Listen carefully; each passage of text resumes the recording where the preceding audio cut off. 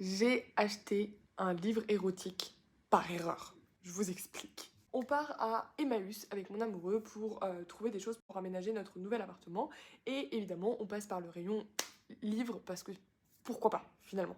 Pourquoi pas. Je tombe sur un magnifique ouvrage avec une couverture en velours. Je vous le montre, regardez comment il est trop beau. Et je me dis, je ne connais pas l'auteur, qui est donc Andrea de Nercia, ça s'appelle Félicia ou Mefreden. Ça a l'air d'être quand même littérature classique, etc.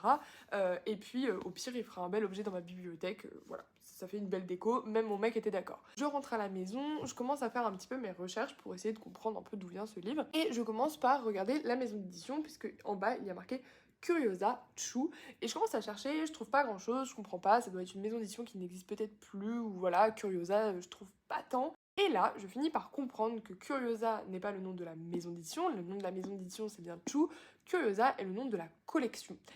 Et c'est une collection un petit peu particulière. Curiosa, en fait, je ne savais pas, c'est un terme qui signifie littérature pornographique, littérature érotique, et c'est un terme qui nous vient des voyageurs, puisque à l'époque, les voyageurs ramenaient le curiosa de leur voyage et qui leur permettait de mieux comprendre les pratiques culturelles, mais surtout les pratiques sexuelles d'autres pays. C'est un terme qui est resté dans la littérature, puisque eh bien, certaines maisons d'édition, comme les éditions de Chou, ont nommé leur collection de littérature érotique Curiosa. Le plus connu du genre, c'est peut-être Pierre Louys, un habitué des Curiosa et qui a notamment écrit certains de ses romans en deux versions, une version soft et une version Curiosa où il rajoutait des scènes, qui lui a valu aussi une adaptation en film sur sa vie qui s'appelle Curiosa par la réalisatrice Lou Genet. Avec Andrea de Nercia, on est sur quelque chose d'un petit peu plus peut-être confidentiel, quoique, puisque Andrea de Nercia a été analysé par ni plus ni moins que Guillaume Apollinaire qui a écrit un ouvrage qui s'appelle L'œuvre libertine du chevalier Andrea de Nercia. J'ai quand même feuilleté un tout petit peu pour voir ce que ça donnait, ça a l'air quand même globalement très